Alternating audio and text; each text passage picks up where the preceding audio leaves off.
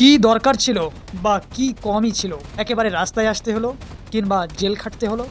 হ্যাঁ, কার কথা বলছি? আইএসএফের নেতা পীরজাদা নওশাদ সিদ্দিকীর কথা বলছি, যিনি একজন পীর পরিবারের সন্তান হয়েও তিনি জেল খাটলেন সাধারণ মানুষের জন্য।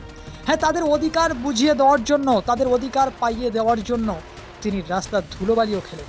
হ্যাঁ, তার তো দরকার ছিল একেবারে গদির উপরে পা দিয়ে বসে থাকা, কিন্তু কি দরকার ছিল সাধারণ মানুষের জন্য কথা বলতে গিয়ে, তাদের হয়ে কথা বলতে গিয়ে আজকের জেলে যেতে হলো?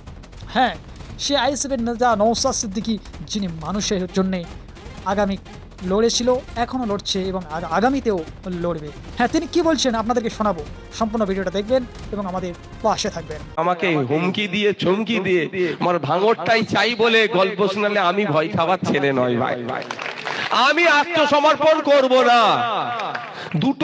দুটো হবে, হয় শহীদ হবে নালে গাজী হবে। হয় শহীদ আর গাজী, এই দুটো তকমা নেওয়ার জন্য আমি প্রস্তুত আছি। গাদ্দার তকমা আমি নেব না।